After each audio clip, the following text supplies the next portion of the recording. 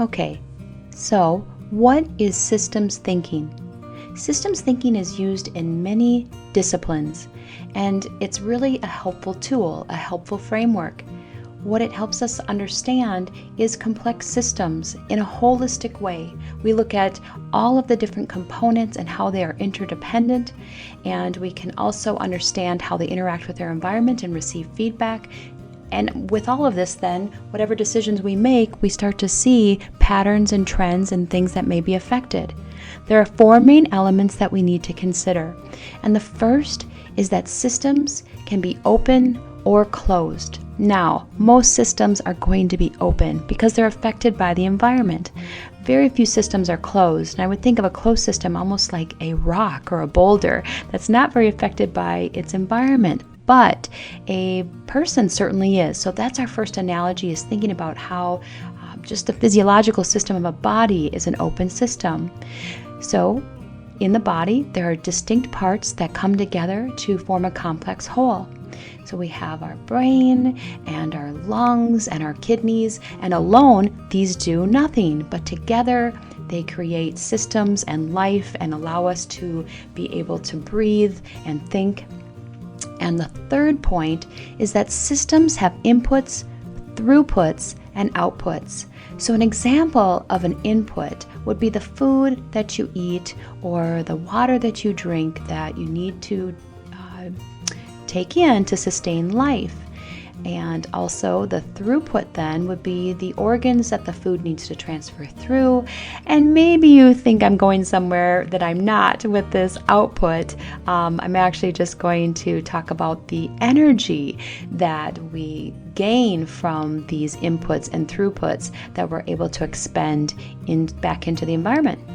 Now, last, feedback from the environment is critical. It's really necessary. So for instance, we need the sun to live, but also we wouldn't want to sit out in the sun too long every day. We would get sunburned. Perhaps we would have heat stroke. So we need to pay attention to that. And perhaps we're enjoying the sun and then all of a sudden a storm comes along and we need to take shelter. So there's another way that we're affected by our environment. Okay, so that's an interesting analogy, but then how can we actually apply systems theory to organizations? Well, organizations are systems as well, and they're complex and they have interdependent parts. So for instance, the distinct parts that are interdependent and form the complex whole are things like the ambulance services. Alone, they don't do anything. I mean, they do, but they're not going to be able to run a hospital by themselves, and also the tools and equipment that are needed and the people that are needed, all of these different components that are necessary. Now, the idea of inputs would be sick patients. So here we have a person who is ill and comes in to receive care. So that's our input.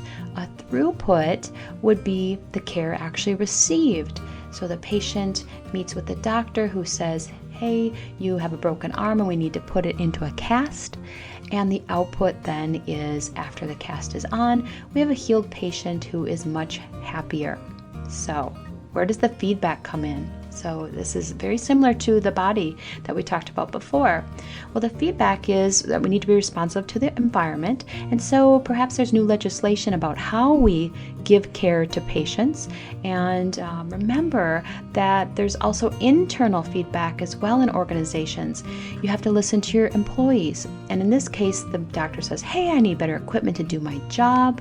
Or maybe the patient on the external side again says, I just think that this hospital is too expensive. I can't afford it.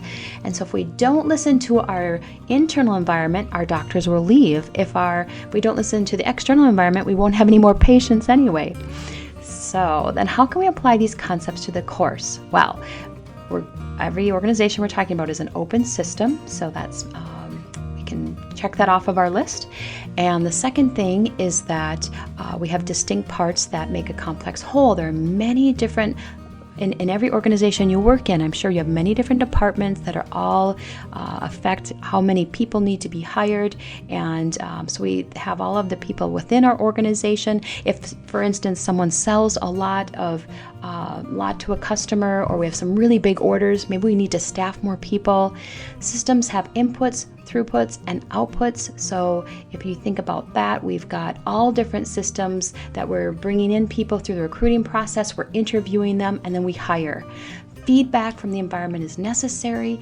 We need to pay attention to what's happening in the economy. We can't go and hire a whole bunch of people if the economy is not doing very well, and we have to pay attention to what our competitors are paying. So we really need to pay attention to that external environment. So what are some of the key takeaways that you can think about?